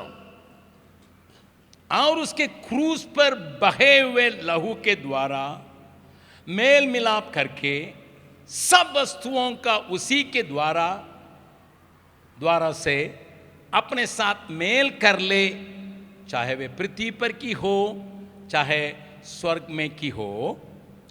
அவர் சிலுவையில் சிந்தின இரத்தத்தினாலே சமாதானத்தை உண்டாக்கி பூலோகத்தில் உள்ளவைகள் பரலோகத்திலும் உள்ளவைகள் யாவையும் அவர் மூலமாக தமக்கு ஒப்புரவாக்கிக் கொள்ளவும் அவருக்கு பிரியமாயிற்று। 21 पद तमिल में तो 20 में ही आया है, लेकिन 21 पद को कहिएगा, पढ़ेंगे। தமிழிலே 20வது வசனத்திலே அந்த காரியம் வந்து விட்டது। सॉरी 19 पद को क्योंकि पिता की प्रशंसा इसी में है कि उसमें सारी परिपूर्णता वास करें। இந்தியிலே அது 19வது வசனத்தில் இருக்குது, தமிழிலே 20வது வசனத்தை கடைசியில் இருக்குது, அவர் மூலமாய் தமக்கு ஒப்புரவாக்கிக் கொள்ளவும் அவருக்கு பிரியமாயிற்று। मसीह यीशु के द्वारा लोगों को जो शत्रु थे उनके साथ मेल कराने के लिए पिता का प्रसन्न रहा, इसलिए அவர் மூலமாய் தமக்கு ஒப்புரவாக்கிக் கொள்ளவும் அவருக்கு பிரியமாயிற்று। एक और वचन को भी पढ़िएगा, இன்னொரு வசனத்தை வாசிக்கலாம்। पहला कोरिन्थियों उसका पहला अध्याय 1 கொரிந்தியர் 1ஆம் அதிகாரம் 21 पद को पढ़िएगा। 21வது வசனத்தை வாசிக்கலாம்। इसको भी आप शायद पढ़े होंगे, ஒருவேளை இதையும் நீங்கள் வாசித்திருந்திருக்கலாம்। वहां पर भी एक बात को हम देखते हैं, அங்கேயும் இந்த காரியத்தை பார்க்க முடியும்। परमेश्वर की बातें को समझने के लिए वहां पर पौलुस ये लिखता है। தேவ காரியங்களை நன்றாய் புரிய பவுல் இப்படி சொல்லுகிறான்। पढ़िएगा 21 पद को मैं पढ़ रहा हूं। जब परमेश्वर के ज्ञान के अनुसार संसार ने ज्ञान से परमेश्वर को न जाना, तो परमेश्वर को ये अच्छा लगा, यहां पर अच्छा लगा करके शब्द को हिंदी इस्तेमाल करता है, उस प्रचार की मूर्खता के द्वारा विश्वास करने वालों को उधार दें। எப்படியெனில் தேவ ஞானத்துக்கு ஏற்றபடி உலகமானது சுய ஞானத்தினாலே தேவனை அறியாதிருக்கையில் பைத்தியமாக தோன்றுகிற பிரசங்கத்தினாலே விசுவாசிகளை ரட்சிக்க தேவனுக்கு பிரியமாயிற்று। प्रभु के नाम की स्तुति महिमा हो। தேவ நாமத்துக்கு மகிமை உண்டாவதாக। क्यों मुझे परमेश्वर के वचन का प्रचार करना है? ஏன் நான் தேவ வசனத்தை பிரசங்கிக்க வேண்டும்? क्यों परमेश्वर के वचन को हम दूसरों को सुनाना है? ஏன் பிறருக்கு அறிவிக்க வேண்டும்? मैं एक छोटी सी बात जो बाइबल के शुरुआत में पाई जाती है उसको मैं बतलाने के लिए जा रहा हूं। நான் ஒரு சிறிய காரியத்தை வேதத்தின் முதலாவதே காணப்படுகிற ஒரு விஷயத்தை சொல்ல விரும்புகிறேன்। मेरे साथ खोलिएगा आप उत्पत्ति उसका पहला अध्याय का दूसरा पद। என்னோடு திறவுங்கள் ஆதியாகமம் 1ஆம் அதிகாரம் 2வது வசனம்। उत्पत्ति पहला अध्याय का दूसरा पद। ஆதியாகமம் 1ஆம் அதிகாரம் 2ஆம் வசனம்। क्या लिखा है? அதுல என்ன இருக்குது? गहरे जल के ऊपर अंधियारा था और परमेश्वर का आत्मा जल के ऊपर मंडलाता था। பூமியானது ஒழுங்கின்மையும் வெறுமையுமாய் இருந்தது, ஆழத்தின் மேல் இருள் இருந்தது, தேவ ஆவியானவர் ஜலத்தின் மேல் அசைவாடி கொண்டிருந்தார்। जल के ऊपर पवित्र आत्मा मंडला रहा है, ஜலத்தின் மேலே பரிசுத்த ஆவியானவர் அசைவாடுகிறார்। नीचे बिल्कुल अंधकार, கீழே முழுவதும் இருள்। क्या दिखाई पड़ता? कुछ भी नहीं हो रहा है। அதுல என்ன அறிய வருகிறது? ஒண்ணுமே நடக்கல போல। परमेश्वर का आत्मा मंडला रहा लेकिन कुछ भी नहीं हो रहा। தேவ ஆவியானவர் அசைவாடி ஒண்ணுமே நடக்கல போல। कितना साल से परमेश्वर का आत्मा मंडला रहा, कुछ भी नहीं हो रहा। இவ்வளவு ஆண்டுகளாய் ஆவியானவர் அசைவாடி ஒண்ணுமே நடக்கல போல। मैं नहीं जानता कितने साल से मंडला रहा था, लेकिन परमेश्वर का वचन में लिखा परमेश्वर का आत्मा मंडला रहा लेकिन नीचे कुछ भी नहीं हो रहा। எனக்கு தெரியாது எத்தனை ஆண்டுகள் அசைவாடினார் என்று சொல்லி, ஆனால் அங்கு தெளிவா இருக்கிறது, அசைவாடி கொண்டிருந்தார், ஆனால் கீழே இருள், ஒண்ணுமே நடக்கல। लेकिन एक दिन ஆனா ஒரு நாள் परमेश्वर के मुंह से एक वचन निकला। தேவனுடைய வாயிலிருந்து ஒரு வசனம் புறப்பட்டது। क्या हुआ? என்ன ஆயிடுச்சு? रोशनी हो जा, வெளிச்சம் உண்டாக்கடவது। जैसा वचन आया எப்படி அங்கே வசனம் வந்ததோ काम हो रहा, அங்கே கிரியை நடக்குது. वचन आया काम हो रहा है। வசனம் வந்து கிரியை. बिहार के गांवों में, பீகாரின் கிராமங்களிலே, आपके आसपास में, உங்கள் அக்கம் பக்கத்திலே, आपके परिवार में குடும்பத்துக்குள்ளே कई बातों में पवित्र आत्मा मंडलाता रहता होगा। அநேக விஷயங்களிலே ஆவியானவர் அசைவாடி கொண்டு வந்திருக்கலாம். कुछ भी नहीं हो रहा है, ஒண்ணு நடக்கலையே. आप कहते हैं कुछ भी नहीं हो रहा, சொல்லுங்க ஒண்ணு நடக்கலையே. कुछ भी नहीं हो रहा, ஒண்ணுமே ஆகலையே. क्यों कुछ भी नहीं हो रहा? ஏன் நடக்கல? जब तक वचन वहां पर पहुंचेगा नहीं, परमेश्वर का वचन नहीं पहुंचेगा, वहां कार्य होने के लिए संभावना है ही नहीं। எதுவரைக்கும் தேவனுடைய வசனம் அங்கே போகவில்லையோ அல்லது பிரசங்கிக்கப்படவில்லையோ அங்கே கிரியை நடக்காது. इस बात को हम एजेकिएल की किताब में भी देखते हैं। இதே நாம் எசேக்கியேல் தீர்க்கதரிசியிலே புத்தகத்தில் வாசிக்கிறோம். पढ़ने के लिए समय नहीं है, வாசிக்க நேரம் போதாது. लेकिन हम जानते हैं ஆனால் அறிந்திருக்கிறோம். एक तराई में एजेकिएल को ले जा रहा है। ஒரு பள்ளத்தாக்கிலே தேவ ஆவியானவர் எசேக்கியேலை கொண்டு போனார். पूरे सूखे हड्डियां हैं, அதிலே உலர்ந்த எலும்புகள் காணப்பட்டன. पूरे सूखे हड्डियां हैं। உலர்ந்த காய்ந்த எலும்புகள். हाँ, उसको उम्मीद नहीं है, அவைகளுக்கு ஒரு நம்பிக்கையும் कई கிடையாது. साल से हो गया है, இவ்வளவு ஆண்டுகளாய் ஆயிடுச்சு. कोई उम्मीद नहीं है, எந்த நம்பிக்கையும் கிடையாது. लेकिन प्रभु एसेकिएल से कहता है, ஆனால் எசேக்கியேலை பார்த்து ஆண்டவர் சொல்லுகிறார், वचन को बोलो, நீ வசனத்தை உரை, भविष्यवाणी करो। தீர்க்க தரிசனம் உரை. पवित्र आत्मा वहां पर मंडलाने लगा, பரிசுத்த ஆவியானவர் அங்கே அசைவாட ஆரம்பித்தார். मंडलाने लगा, அசைவாடினார். लेकिन जान नहीं है, ஆனால் அங்கே உயிர் இல்ல. जान नहीं है, வசனம் உயிர் வரவில்லை. जान नहीं है। உயிர் வரல. जब हड्डियों में थोड़ा हलचल हुआ, கொஞ்சம் எலும்புகள் அசைந்தன, அவ்வளவுதான். लेकिन प्रभु कहता फिर तुम वचन बोलो। திரும்ப ஆண்டவர் சொன்னார், திரும்ப வசனம் உரை. वे सेना की नाई खड़े हो गए। அவர்கள் ஒரு சேனையை போல எழும்பினார்கள். आपको परमेश्वर क्यों रखा है? ஏன் உங்களை ஆண்டவர் வைத்திருக்கிறார்? आपको आत्मा से भर के क्यों रखा है? ஏன் ஆவியால் நிரப்பப்பட்டு நீங்கள் இருக்கிறீர்கள்? आप यहाँ पर रखा जाने का क्या कारण है? நீங்கள் இங்க வைக்கப்படக்கூடிய நோக்கம் என்ன? जहाँ कुछ कार्य दिखाई नहीं पड़ता है, ஒண்ணுமே இங்க காணப்படலையா? जहाँ अंधकार है, செத்தது போல இருள், जहाँ कुछ भी नहीं हो रहा है, ஒண்ணுமே நடக்கல. हमारे परिवार में कुछ नहीं हो रहा है, குடும்பத்துல ஒண்ணுமே நடக்கல. गाँव में कुछ नहीं हो रहा है, கிராமத்திலே ஒண்ணும் இல்ல. सेवकाई में कुछ नहीं हो रहा है। ஊழியமும் சப்புன்னு இருக்கு. प्रभु कहता वचन बोलो, ஆண்டவர் சொல்ற வசனத்தை உரை, वचन बोलो, வசனத்தை பேசு, वचन बोलो। வசனத்தை பேசு. मैं अपनी क्रिया को कर सकता हूँ, நான் என்னுடைய கிரியைகளை செய்யும் காலம் வந்திருக்கிறது. इसलिए हम सुसमाचार को ले जाके दूसरों को सुना, ஆகையினால சுவிசேஷத்தை சுமந்து பிறருக்கு அறிவிக்கிறோமே. क्योंकि इससे परमेश्वर प्रसन्न है। இதிலே தேவன் பிரியமாயிருக்கிறார். पहले आप ये काम कीजिए, विश्वास करने वालों से परमेश्वर प्रसन्न है। முதலாவது பார்த்தோம், விசுவாசிக்கிறவர்களினாலே தேவன் பிரியமாயிருக்கிறார். सुसमाचार का लेके सुनाने वालों के जीवन को देखे वो प्रसन्न हो जाता है। இரண்டாவது சுவிசேஷத்தை சுமந்து வசனத்தை அறிவிக்கிறவர்களினாலே அவர் பிரியமாயிருக்கிறார். प्रभु यीशु मसीह के नाम से मैं आपसे आग्रह करूंगा, ஆண்டவராகிய இயேசு கிறிஸ்து நாமத்தினாலே உங்களை வேண்டிக் கொள்வேனே, कैसा भी मौका हो, என்ன வாய்ப்பு கிடைத்தாலும், किसी मौका में क्यों न हो, எந்த சிறிய பெரிய வாய்ப்பு, प्रभु का वचन को देने के लिए आप हिचकिचाइए मत। தேவ வசனத்தை சொல்வதற்கு நீங்கள் தயக்கம் காட்ட வேண்டாம். उसी के लिए प्रभु आपको रखा है। அதைக்காத்தான ஆண்டவர் உங்களை வச்சிருக்கிறாரு. प्रभु का वचन में यूं बात को सफाई से पढ़ते हैं, தேவ வசனத்துல மிக தெளிவா நான் வாசிக்கிறது இல்லையோ.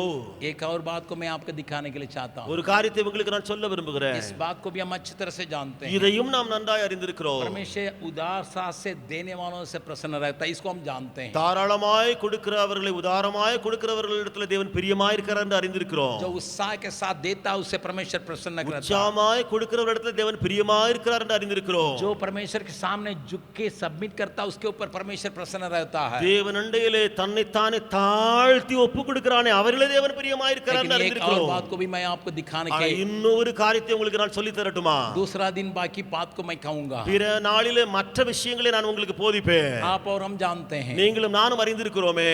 मार्था मरिया के घर में यीशु गुस्सा है। மார்த்தாள் மரியாளுடைய வீட்டுக்கு இயேசு போனார். एक जन नहीं 13 जन आए हैं, ஒருத்தர் அல்ல 13 பேர் வீட்டுக்கு போய் இருக்காங்க. जरूर 13 जन आने से काम बहुत है, 13 பேர் வீட்டுக்கு வந்தாங்கன்னா வேலை எல்லாம் ரொம்ப இருக்கும் வீட்ல. और मार्था पूरा पूरा काम करते करते करते करते थक रही है। மார்த்தாளோ வேலை செய்து செய்து களைத்து போய் விட்டாள். काम करते थकने के चलते उसको गुस्सा आ रहा है, வேலை செய்து களைத்ததனால அவளுக்குள்ள கோபம் வருகிறது. अपने बहन के ऊपर गुस्सा आ रहा है। தன்னுடைய சகோதரியிடத்துல கோபமாய் जब பேசுகிறாள். परमेश्वर का अपना गुस्सा बहन के ऊपर आया, फिर वो परमेश्वर के ऊपर, प्रभु यीशु मसीह के ऊपर चढ़ गया है। கோபப்பட்டால் சகோதரியிடத்திலே அந்த கோபத்தினாலே இயேசுவினிடத்திலும் கோபமாய் பேசுகிறாள். यीशु से पूछ रही है, இயேசுவினிடத்திலே கேட்கிறாள் क्या आपको மார்த்தாள், कोई चिंता नहीं है? உமக்கு கவலை இல்லையோ? क्या चिंता नहीं है? உமக்கு கவலை இல்லையோ? मैं काम करते करते थका हूँ। நான் வேலை செய்து செய்து களைத்தல்லோ இருக்கிறேன். प्रभु के नाम की स्तुति प्रशंसा हो। தேவநாமத்துக்கு மகிமை உண்டாவதாக. यीशु ने वहां पर एक प्रधान बात को दिखा रहा मरियम माता के साथ। அங்கே ஆண்டவராகிய கர்த்தர் ஒரு முதலாவது என்ன என்று சொல்லி அழகாய் காண்பிக்கிறார். लूका रचित सुसमाचार 10 अध्याय 42 पद को हम सबको ये अच्छी तरह से जानते हैं। லூக்கா எழுதின சுவிசேஷம் 10வது அதிகாரம் 42ஆம் வசனத்தை நன்றாய் அறிந்திருக்கிறோம். उस बात को अगर आप पढ़ेंगे मालूम होगा। அதை நீங்கள் வாசித்தால் உங்களுக்கு நன்றாய் தெரிய வரும். उस वचन में हिंदी में बहुत सुंदर सा, परंतु அங்கே இந்தியில மிக அழகாக அது ஆரம்பிக்கிறது.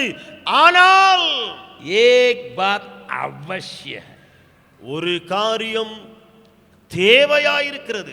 एक बात अवश्य है, ஒரு காரியம் தேவையாயிருக்கிறது. वो क्या है? அது என்ன தேவை? उत्तम बाग, நல்ல பங்கு. उत्तम बाग, நல்ல பங்கு. What is better?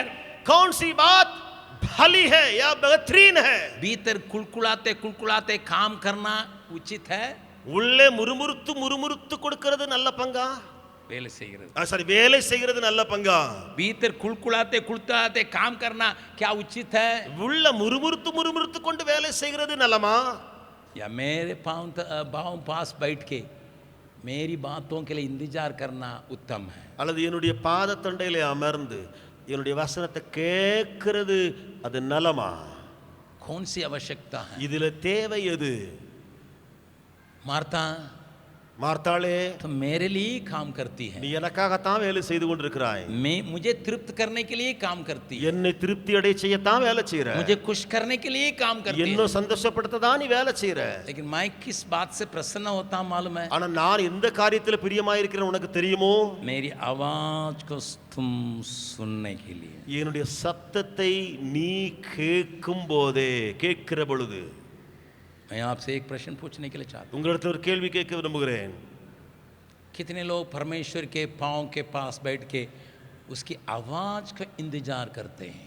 எத்தனை பேர் தேவனுடைய பாதத்தண்டையிலே அமர்ந்து அவரிடத்திலிருந்து என்ன சத்தம் வரும் என்று சொல்லி காத்திருக்கிறீர்கள்? जरूर परमेश्वर के लिए काम करते होंगे, சரிதான், தேவனுக்காகத்தான் ஊழியம், வேலை, खूब मेहनत करते होंगे, நல்லா அதுல போட்டு நம்ம வேலை செய்யறோம், पूरा पूरा मेहनत करते நல்லா होंगे, ஓடி ஆடி அதுல வேலை செய்யறோம். और भीतर बारी दिल के साथ काम करते होंगे। உள்ள ஒரு பயங்கரமான ஒரு பழுவான உள்ளம், அதை வைத்துக்கொண்டே வேலை செய்யறோம். जरूर उसके नाम के लिए करते होंगे। சரி, அவருடைய நாமத்துக்காகத்தான் நாம் செய்யறோம். कितने लोग उसकी आवाज को सुनने के लिए समय दे रहे हैं? எத்தனை பேர் அவருடைய சத்தத்தை கேட்பதற்கு நேரம் கொடுக்கிறீர்கள்? शायद आप प्रसन्न करने के लिए कोशिश करते हैं दान देने के द्वारा, ஒருவேளை நீங்கள் காணிக்கை உதாரத்துவமாய் கொடுத்து அவரை பிரியப்படுத்தியிருக்கலாம். और परमेश्वर की बातों को मानने के द्वारा आप उसको प्रसन्न करने के लिए कोशिश करते होंगे। ஒருவேளை தேவனுடைய சத்தத்துக்கு கீழ்ப்படிவதனாலே கேட்பதை நீங்கள் அவரை பிரியப்படுத்தியிருக்கலாம். लेकिन उससे बढ़कर उसकी आवाज को सुनने के लिए कितना आपके अंदर तड़प है? அதையும் தாண்டி எவ்வளவாய் உங்களுக்கு ஒரு ஏக்கமும் துடிப்பும் இருக்குது, அவருடைய சத்தத்தை நான் கேட்க வேண்டும் என்று जैसा मैं சொல்லி. शुरुआत किया, he is looking for your relationship. நான் எப்படி ஆரம்பத்தில் சொன்னனோ, அவர் எதை எதிர்பார்த்திருக்கிறார் என்று சொன்னால் உங்களுக்கும் அவருக்கும் இடையில் இருக்கிற உறவை எதிர்பார்க்கிறார். आपका हृदय आपके साथ संगति करने के लिए, आपको बार बार चूमने के लिए विचार करता है। தகப்பனுடைய உள்ளம் உங்களிடத்தில் அடிக்கடி தொடர்பு கொள்ள, ஐக்கியப்படுத்த, உங்களை அடிக்கடி முத்தம் செய்யத்தான் துடிக்கிறது. इस टेबल का नाम है कम्युनियन टेबल। இந்த மேசையினுடைய பெயர் கம்யூனியன் டேபிள் என்று. हम प्रभु के साथ यूनियन में चले आने के लिए बिछाया हुआ परमेश्वर का बहुत बड़ा दावत है। நாம் ஒரு யூனியனாக இந்த மேசையண்டையில் வருவதற்காக தேவனால் விரிக்கப்பட்டிருக்கிற ஒரு அருமையான பந்தி. प्रभु द्वार पर खड़ा होकर खटखटाते कहता, खुलेगा, मैं भीतर आके तेरे साथ भोजन करूंगा। ஆண்டவர் இருதயத்தின் வாசலண்டையிலே கதவை தட்டி சொல்கிறார், நான் உள்ளே வந்து நீ திறந்தால் பிரவேசித்து உன்னோடு போஜனம் பண்ணுவேன். जी उठा यीशु अपने चेलों को दिखाने का, आओ मेरे साथ बैठ के खाओ. உயிரிழத்திலிருந்த ஆண்டவராய் இயேசு கிறிஸ்து தன்னுடைய சீஷர்களை பார்த்து கூப்பிட்டு அழைக்கிறாய், வாருங்கள் என்னோடு அமர்ந்து போஜனம் பண்ணுங்கள். तुम्हारे लिए यहाँ रोटी तैयार है, உங்களுக்காக இங்கே அப்பங்கள் ஆயத்தப்பட்டிருக்கிறது, तुम्हारे लिए यहाँ मछली तैयार है, உங்களுக்காக மீன்கள் ஆயத்தமாக இருக்கிறது, आओ. வாருங்கள். साथ ही साथ तुम्हारा मेहनत का फल को भी लाओ, तुम जो पकड़े उस मछली को भी ला दो. அதோடு கூட நீங்கள் செய்த வேலையினுடைய பலன் அந்த கனி இருக்கிறதே, நீங்கள் பிடித்த மீன்களையும் கொண்டு வாருங்கள். It is an addition only. அது ஒரு கூட சொல்லப்பட்டிருக்கிற ஒரு addition. I have already desired to sit and eat with you. ஆனால் அதுக்கு முன்னமே உங்களோடு கூட போஜனம் பண்ணுவதற்காக ஆயத்தம் பண்ணி விட்டேன் நான். I want to have a relationship with you. मैं तुम्हारे साथ रिश्ता होने के लिए चाहता हूं. Better than anything else, I want to have fellowship with you. सबसे बढ़कर तुम सबों के साथ संगति करने के लिए मैं चाहता हूं. That is my first priority. वही मेरे सबसे बड़ी प्राथमिकता है. But that doesn't mean I ignore your labor. लेकिन इसका मतलब ये नहीं है तुम्हारा काम जो भी है उसको छोड़ो, वो मुझे नहीं चाहिए. No. இல்லை இல்லை இல்லை இல்லை, அதையும் கொண்டு வா. But it is only an addition. அது ஒரு இன்னும் கூடி இதில் வைக்கக்கூடிய ஒரு காரியம். First priority is, ஆனால் முதலாவது முக்கியத்துவம் என்ன? sit and listen to me. என்னிடத்தில் உட்கார், என்னை கேள், நான் சொல்லுவேன். Sit and listen to me. என்னை கேள், நான் உனக்கு அறிவிக்க போகிறேன். इससे मैं प्रसन्न हूं. நான் இதிலே நீ கேட்கிறதிலே நான் பிரியமா இருக்கிறேன். मैं फिर 3 बातों को याद दिलाने के लिए चाहता हूं. திரும்ப இந்த 3 காரியங்களை ஞாபகமூட்ட விரும்புகிறேன். He is looking for extraordinary faith in you, holding his promise. परमेश्वर आप में से ऐसा अनोखा विश्वास को देखना चाहता है कि उन सारे बातों को थामते हुए रहते हुए, And he is expecting you to pronounce his word in places where God's Spirit is already at work. दूसरा, जहां पवित्र आत्मा का क्रिया पहले से हो रहा है वहां आप जाके परमेश्वर के वचन को पुकारने के लिए, And he say he will be pleased if you are willing to listen and work. और तीसरा ये है, वो कब प्रिय या प्रसन्न रहेगा जब आप उसके वचनों को सुनने के लिए अपने कान खोल के रहेंगे. तब सवेरे उठने के लिए क्यों कहा जाता है? காலையிலேயே எழும்புன்னு ஏன் சொல்றாங்க? சொல்லப்படுகிறது, हे प्रभु, ஆண்டவரே आज के दिन के लिए कुछ न कुछ हमसे बातचीत कर. இன்றைய நாளுக்காக எனக்கு நீ ஏதாவது வசனத்தை தாங்க. Then my work is an addition to that. என்னுடைய மற்ற வேலைகள் அதோடு கூடத்தான் கூட்டப்படுமே ஒளி வேற ஒன்றுமில்லை. Many times we forget that. कई बार हम उसको भूल जाते हैं. Many times we ignore that. कई बार उसको इनकार कर देते हैं. And today God wants to tell you, आज परमेश्वर आपसे कहने के लिए चाहता है, I want you to be a child, a beloved child. मैं प्रिय पुत्र पुत्री प्रभु तेरे लिए होने के लिए चाहता हूँ. अगर मैं उसका प्रसन्न योग्य जीवन नहीं बिताऊं, ஒருவேளை நான் அவருக்கு பிரியமான வாழ்க்கை வாழவில்லை என்று சொன்னால், ஏனோக் के समान नहीं उठा लिया जाने के लिए मेरा कोई हक नहीं है. ஏனோக்கை போல எடுத்துக்கொள்ளப்படுவதற்கு எனக்கு எந்த உரிமையுமே கொடுக்கப்படாது. इजरायलियों के समान हम ढेर होने की संभावना है. ஆனால் அதையும் தாண்டி மேலான காரியம் என்ன நடந்துவிடும் என்று சொன்னால், இஸ்ரவேலர் அழிக்கப்பட்டது போல அழிந்து விடுவோம். उससे बढ़कर, அதையும் தாண்டி, Lord give me a heart प्रभु हमें ऐसा मन दे which has had a desire to please you every time, every day. जिसके अंदर ऐसा लालसा बनी रहे प्रतिदिन प्रति समय आपके प्रसन्न योग्य कार्य करने के लिए.